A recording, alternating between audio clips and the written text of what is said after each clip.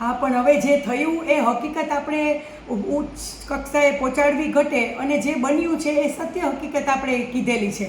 તો તમારી મીડિયા તો બધે ફેલાયેલા તમારા લોકોને પૂછો બે જગ્યાએ જઈને કે કઈ બાબત છે. એકલો આપણો અવાજ નથી, લોકોનો અવાજ મેં પહોંચાડ્યો છે. મારો પર્સનલ અવાજ નથી પહોંચાડ્યો, લોકોનો અવાજ પહોંચાડેલો છે.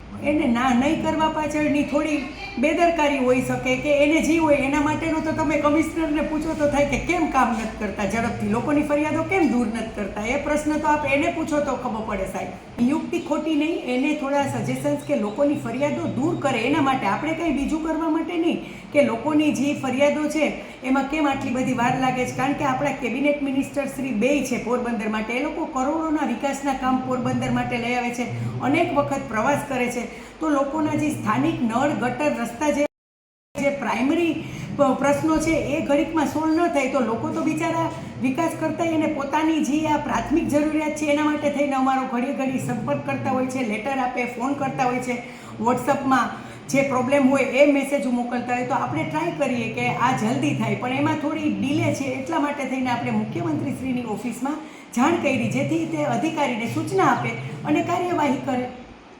એ પણ અર્જુનભાઈ સાથે પણ અમે જઈ અને કમિશનરને મળેલા છીએ, એમને પણ ખબર છે. એમને જ્યારે આપણે કહીએ ત્યારે એ પણ ફોન કરીને સૂચનાઓ આપે છે, પણ એ થઈ જશે બસ એ જ એટલા માટે. પણ થઈ જશે પણ હજી થતું નથી. એ માટે થઈને આપણે સરકારશ્રીને વિનંતી કરી કે અધિકારીને સૂચના આપો અને ટૂંક સમયમાં કામ થાય એમ. અને આ પત્ર તો આપણે આ પોરબંદર સ્થાનિકે જે પ્રોબ્લેમ હોય તો પત્ર આપણે મુખ્યમંત્રીશ્રીને જાણ ના કરીએ તો શું અધિકારી કરી રહ્યા ખબર ન પડે. એટલા માટે થઈને આપણે પત્રથી જાણ કરી.